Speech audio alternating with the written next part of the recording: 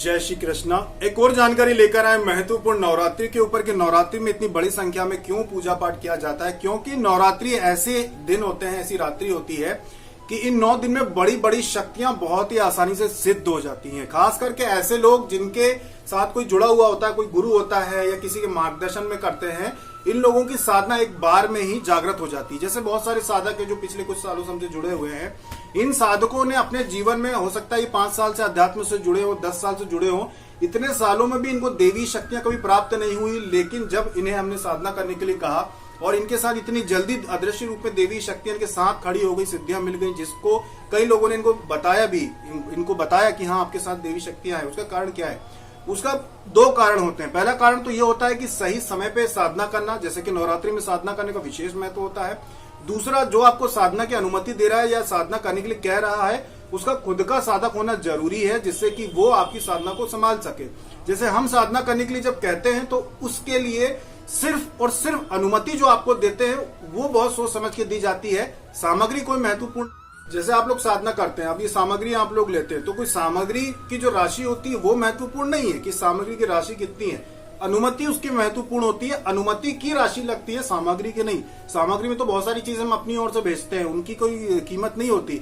ऐसा नहीं है कि जैसे आप कोई 64 योगी सामग्री लेता साधना की, तो उस साधना की सामग्री की वजह से उसका अमाउंट इतना नहीं रखा गया कि भाई 3100 की सामग्री आएगी, बल्कि उसकी जो रिस्क होता है उस साधना को करवाने का, उस रिस्क के पैसे जो 3100 रुपए लगते हैं, क्योंकि उसमें हवन करना पड़ता है और ऐसी सामग्री से हवन करना पड़ता है जो आपको ना मिल सकती है, ना हम यहाँ से आपको भेज सकते हैं वो, क्योंकि उसका उपयोग आपको नहीं आएगा। सभी को सारी चीजें वीडियो में नहीं बता सकते, इसलिए जो साधना की आपको अनुमति दी जाती है उसके लिए राशि लगती है, क्योंकि उसमें ऐसा पूजा पाठ किया जाता है, ऐसी सामग्री से हवन किया जाता है कि आपकी साधना सफल हो। इसीलिए आपको पहली बार में जो अदृश्य रूप में देवी शक्तियां आपको सिद्ध हो जाती है, उसका कारण यही है। जो साधना की सामग्री की आप किट बोलते हैं, जिसको लेते हैं कि साधना सामग्री ली है आपने, तो वो जो आप राशि देते हैं, वो दान राशि जो होती है वो सामग्री की कीमत नहीं होती, बल्कि वो अनुमति की कीमत होती है कि उतने में आपने कोई सामग्री ली है तो उसमें आपके लिए हवन होता है। बहुत सारे साधक को हमने पहले भी बताया कि अगर आप हवन आप चूक जाए या आप दान दक्षिणा या फिर कन्या भोजन, ब्राह्मण भोजन आप नहीं करा पाते हैं,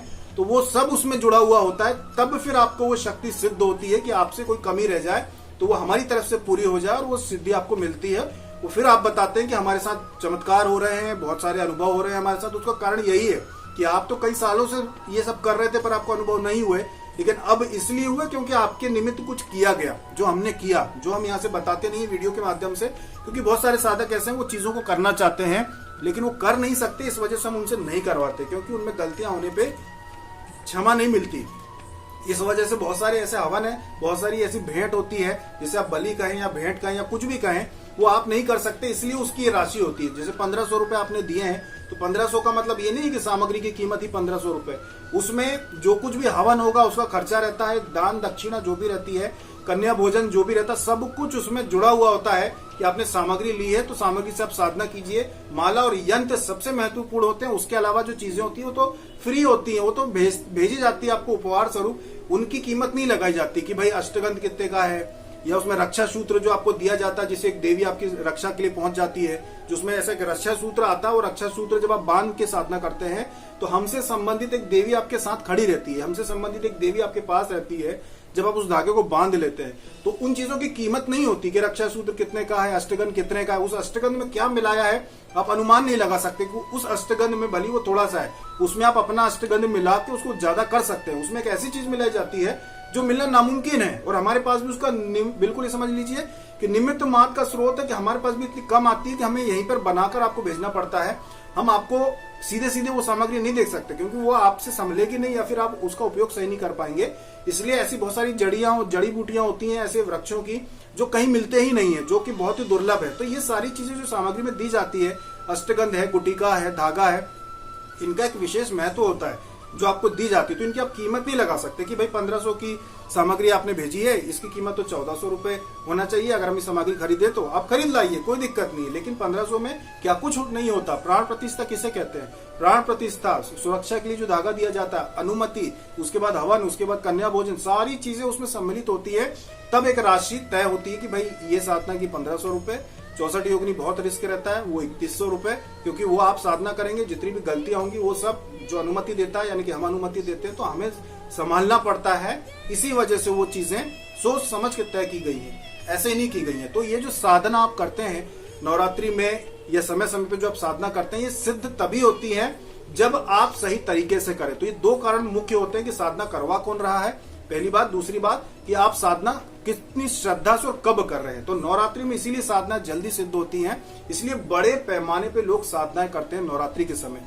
अभी हमने कभी ऐसा अनुमान नहीं लगाया था कि जैसा कि अभी आपको सामग्रियां उपलब्ध कराने के लिए कहा हमने कि भाई आपको कम कीमत में दे रहे हैं, तो उसमें हमने अनुमान नहीं लगाया था कि इतनी बड़ी संख्या में लोग साधना की सामग्री लेंगे कि समय नहीं मिलेगा। प्राण प्रतिष्ठा में घंटों घंटों निकल जाएंगे, न सोने का समय न कुछ दूसरे काम करने का समय। बहुत बड़ी संख्या में सामग्रियों की इतनी बड़ी डिमांड आ गई कि हमने अनुमान ही नहीं लगाया था कि इतना ज्यादा हो सकता है, कि इतने ज्यादा लोग लेंगे कि हमसे भी नहीं संभलेंगे। हमारे यहाँ काम करने वालों को फुर्सत ही नहीं है, इतने ज्यादा व्यस्त हो गए हैं कि जिसकी कोई सीमा ही नहीं है। पहले जिस दिन आप सामग्री के लिए कहते थे उसके अगले दिन ही वो निकल जाती थी, लेकिन आज ये स्थिति कि 2 दिन तक ऑर्डर देख भी नहीं पा रहे हैं कि किस किस के क्या क्या ऑर्डर आए हैं। 2 दिन के बाद वो देख पाते हैं कि किसका क्या ऑर्डर आया है, उसके बाद फिर वो सामग्री प्राण प्रतिष्ठा करके भेजी जाती है। कि लंबी प्रक्रिया है। अच्छा, बहुत सारे जो पहली बार साधना सामग्री ले रहे हैं वो बहुत जल्दबाजी करते हैं, जैसे ही वो सामग्री लेते हैं उसके बाद ही वो उसका स्टेटस पूछने लगते हैं। देखिए, एक बात ध्यान रखना कि प्राण प्रतिष्ठा में समय लगता है, उसके बाद आपके जवाब देने में के लिए भी समय निकालना पड़ता है। तो ऐसा ना करें कि आप सामग्री लेने के बाद तुरंत उसका स्टेटस पूछने लगे, नहीं ऐसा ना करें। थोड़ी सी दया दिखाएं, थोड़ा सा समय दें कि भाई अगर आज हमने ऑर्डर किया है तो कम से कम 3-4 दिन आप इंतजार कीजिए कि प्राण प्रतिष्ठा होना चाहिए। लाइन लगा हुआ होता है सामग्री की, लगातार लाइन लगी हुई होती है, कई बार चूक भी हो जाता है, कुछ लोगों की सामग्री में गलती भी हो जाती है, तो लाइन लगी रहती है। अगर आप जल्दबाजी करेंगे तो गलती होगी। जल्दबाजी ना करें, समय दें, कम से कम 3 से 4 दिन का समय दें उसको डिस्पैच करने के लिए, क्योंकि प्राण प्रतिष्ठा करके ही भेजी जाएगी। ये यहाँ पे कोई कमर्शियल वो नहीं है कि कोई गोडाउन नहीं है कि आपने ऑर्डर किया तो पहले से पैक सामग्री रखी और तुरंत वो डिस्पैच होगी। प्राण प्रतिष्ठा करनी पड़ती है, एक एक चीज को चुनना पड़ता है, उसके बाद प्राण प्रतिष्ठा होने के बाद वो जाती है, तो उसमें समय लगता है, उसमें समय दें। और जैसे डिस्पैच हो जाती है उसके बाद डिलीवरी होने में भी समय दें आप, क्योंकि आपको पता है कि कितनी बुरी स्थिति है कोरियर सर्विस की, कोरोना की वजह से, सभी वजह से। तो कम से कम आप 10 से 15 दिन का एवरेज मान के चले। इसीलिए जो सेल लेकर आए थे उसका समय नवरात्रि से काफी दिन पहले का रखा कि भाई 11 अक्टूबर तक के जो ऑर्डर है ले लेंगे, जिससे नवरात्रि के पहले पहले वो डिलीवर हो जाए। तो उसमें समय लगता है, एक बार हम भेज देते हैं उसके बाद हम उसमें कुछ नहीं कर सकते कि वो कहाँ अटकी है, कहाँ रुकी है, वहां पे लॉकडाउन है क्या, नहीं है क्या, वहां पे ट्रेन पहुंच रही है नहीं पहुंच रही, क्या समस्या है, वो हमें नहीं पता होता। बहुत सारे साधक ऑर्डर करने के बाद लगातार मैसेज करते हैं कि स्टेटस बताए, कहाँ पहुंची, क्या हुआ क्या हुआ। एक बार जब यहाँ से डिस्पैच हो जाती है तो हम उसको नहीं बता सकते कि कहाँ है, कि क्या हुआ। एक बार हमने भेज दिया, फिर वो कोरियर कंपनी की जिम्मेदारी होती है कि वो उसे पहुंचाएगी, भले वो 6 दिन में पहुंचाए, 7 दिन में, 10 दिन में, 15 दिन में, फिर वहां की स्थिति के अनुसार वो पहुंचेगी। और वो स्थिति किसी के कंट्रोल में नहीं होती कि आपके क्षेत्र में जिस गाड़ी से वो जा रही हो, जिस ट्रेन से जा रही हो या बाई एयर जाता है आपका पार्सल, तो वहां की क्या स्थितियां वो ना हमारे नियंत्रण में ना आपके नियंत्रण में है, वो ना ही कोरियर कंपनी के नियंत्रण में व्यवस्था है। वो तो ये समझिए कि चल रही है कि सारी चीजें पहुंचाई जा रही है, इसलिए जल्दी ना करें। अगर आपने सामग्री ली है तो थोड़ा सा सब्र रखें, आप समझें चीजों को, चारों ओर माहौल देखें कि क्या हो रहा है, उसके अनुसार आपको इंतजार करना चाहिए। क्योंकि प्राण प्रतिष्ठा किए बगैर भेज देंगे तो वो सामग्री आपकी किस काम आएगी। ऐसे तो आप कहीं से भी ले सकते हैं, आप बाजार से भी उठा के ला सकते हैं, लेकिन प्राण प्रतिष्ठा करने का मतलब आपने किसी से अनुमति ले ली है। प्राण प्रतिष्ठा करने का मतलब कि आप जब उसका उपयोग करेंगे तो कोई आपसे जुड़ा हुआ है, जिसने प्राण प्रतिष्ठा करके भेजी है, आप उसकी अनुमति से, आदेश से साधना कर रहे हैं, तो आपका उससे जुड़ाव हो जाता है। फिर आपकी साधना में अनुभव आपको होंगे, जल्द से जल्द होंगे, और इसीलिए आपको जल्दी जल्दी सिद्धियां मिल जाती है। बहुत सारे साधकों को पहली नवरात्रि में ही उनके साथ देवियां खड़ी हो गई अदृश्य रूप में। तो उसका कारण क्या था? उसका कारण था श्रद्धा, सही सामग्री, और आप अनुमति लेकर अगर आप साधना करते हैं तो सफलता मिलती है। तो इसीलिए नवरात्रि जब आ रही है उसके लिए बहुत ही बड़ी संख्या में लोग तैयारी कर रहे हैं, बहुत ही बड़ी संख्या में। वीडियो नहीं बना पाने का कारण भी यही था कि हमने खुद नहीं सोचा था कि इतनी बड़ी संख्या में लोग जो है सामग्री लेंगे, कि हमें भी समय नहीं मिल पाएगा प्राण प्रतिष्ठा से, उसी में लगे रहना पड़ेगा, इसीलिए आपको वीडियो नहीं दे पा रहे थे।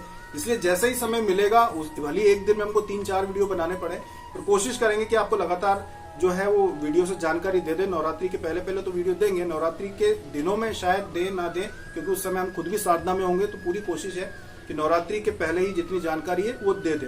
तो ये व्यवस्था होती है सभी लोगों के लिए कि इस तरह से आप जो साधना करते हैं उसका ये एक नियम होता है कि आप इस तरह से नवरात्रि की तैयारी पहले से करें और इस तरह से साधना करें, तभी जो सिद्धियां होती है वो मिलती हैं। तो श्रद्धा बहुत जरूरी है। इसके बाद जब आपको सिद्धि मिलती है तो अप्रत्यक्ष सिद्धि मिलती है। शुरुआत में जिन लोगों को जब सिद्धि मिल जाती है, कोई देवी या देवता आपसे सिद्ध हो जाता है, आपके साथ में रहता है, तो जब वो आ जाता है तो उसका सबसे पहला काम होता है आपकी कुंडलिनी के ऊपर काम करने का, आपके चक्रों को जागृत करने का।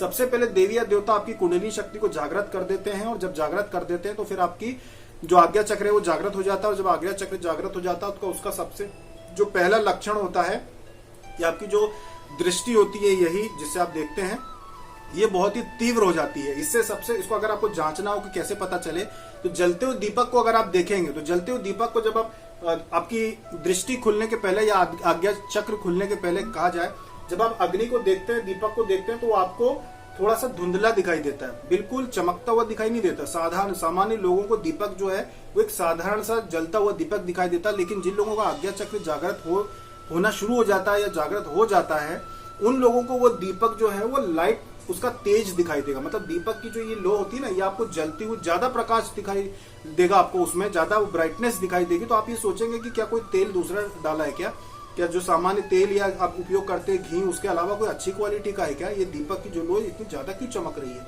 तो रहेगी उतनी ही, पर आपको ज्यादा चमकीली दिखाई देगी। मतलब कह सकते हैं कि एचडी में दिखाई देगी, जो कहते हैं ना एचडी टाइप से दिखाई देना, तो वो आपको ज्यादा साफ दिखाई देगी, क्योंकि जो आज्ञा चक्र की जो दृष्टि होती है उसे आप दिव्य दृष्टि कह लीजिए, वो सामान्य जो आप देखते हैं उससे ज्यादा साफ होती है, उससे ज्यादा क्लियर होती है। सामान्यतः देखा जाए तो जो लोग होते हैं सामान्य तौर पे देखते हैं वो थोड़ा सा धुंधला, सभी धुंधला देखते हैं। आपको दिखता होगा कि हमें सब साफ साफ दिख रहा है, पर वास्तविकता यह है कि आप लोगों को भी धुंधला दिखाई देता है शरीर की कमजोरी की वजह से। लेकिन जब आपकी दृष्टि जागृत होती है, आज्ञा चक्र जागृत हो जाता है, तो आपको सारी चीजें ज्यादा साफ दिखाई देने शुरू हो जाती है। जिसका सबसे बड़ा टेस्ट यही है कि अब जब दीपक को देखेंगे तो दीपक में ज्यादा लाइट दिखाई देगा, आपको ज्यादा क्लियर दिखाई देगा, ज्यादा लाइट चमकता हुआ दिखाई देगा। उसका कारण यह है कि आपका जो आज्ञा चक्र है वो जागृत हो रहा है। तो ये सारी चीजें होती हैं जो आपके साथ देवी देवता करेंगे। तो जो भी साधना कर रहे हैं नवरात्रि में, वो तैयारी करिए, नवरात्रि में आप साधना करें, जप करें, और जो भी देवी देवता जैसे आपको सिद्ध होंगे, सिद्ध होने के बाद ऐसा नहीं कि आपके सामने आके खड़े हो जाएंगे, वो आपकी कुंडलिनी शक्ति पे काम करेंगे, आपकी कुंडलिनी शक्ति को जगाने में आपकी सहायता करेंगे। नवरात्रि के बाद भी जब आपकी भक्ति और जप चलता रहेगा तो वो लगातार आपकी कुंडलिनी पे काम करते रहेंगे, और जैसे ही आपकी कुंडलिनी के सभी चक्रों को शुद्ध करते हुए जागृत कर देंगे, वो आपको दिखाई देने लग जाते हैं, वो आपसे बात करना भी शुरू कर देते हैं देवी देवता जो होते हैं। और ये आप पे निर्भर करता है कि आपका तपोबल कितना है, आपके पाप कितने हैं पहले के, उनको साफ करने के लिए आप व्रत उपवास करें, अच्छे दान पुण्य करें, जिससे कि आपके वो पाप कट जाएंगे। जैसे ही वो कटेंगे तो देवी देवता जल्द से जल्द आपकी कुंडलिनी को जागृत कर देंगे, और आपका शरीर जो है उसके सभी चक्र जागृत हो जाएंगे, और आपको चीजें दिखाई देना शुरू हो जाएंगी। और आपको देवी देवता जो सिद्ध होते हैं उनसे आप बात कर सकते हैं, उनसे काम तो आप पहले भी ले सकते हैं, पहले जब साधना करते हैं उसके बाद भी अगर आप प्रार्थना करेंगे, प्रार्थना करना जरूरी है। देवी देवता का नियम होता है, इंसानों के जीवन में इंसानों का जैसे कि कानून होता है, नियम होता है, वैसे देवी देवताओं का भी नियम होता है कि बिना मांगे वो कुछ नहीं देते, भले वो देखते रहेंगे, आपको प्रार्थना करनी पड़ेगी। जब आप प्रार्थना करेंगे उनसे, तभी वो आपका काम करेंगे। जो भी आपके घर में समस्या हो, जो भी दिक्कतें होती है, उनको दूर करने के लिए आप अगर प्रार्थना करेंगे, खास करके हवन करके जब आप प्रार्थना करते हैं कि मुझे ये समस्या है, इसे दूर कीजिए, तो वो फिर आपके कहने पे काम करना शुरू कर देते हैं। तो नवरात्रि में आप साधना कीजिए, उसके बाद जब आपका हवन हो जाएगा उसके बाद आप प्रार्थना करके अपनी मनोकामना बताना, जो भी देवी देवता को सिद्ध होंगे नवरात्रि में, फिर वो आपके लिए काम करना शुरू कर देंगे। और अपनी साधनाओं को गुप्त रखें, किसी को ना बताएं, दोस्तों यारों को, किसी को भी, परिवार में, रिश्तेदार में, किसी को भी ना बताएं। यही आप सभी से आशा है। अभी तक इतना ही। जय श्री कृष्ण।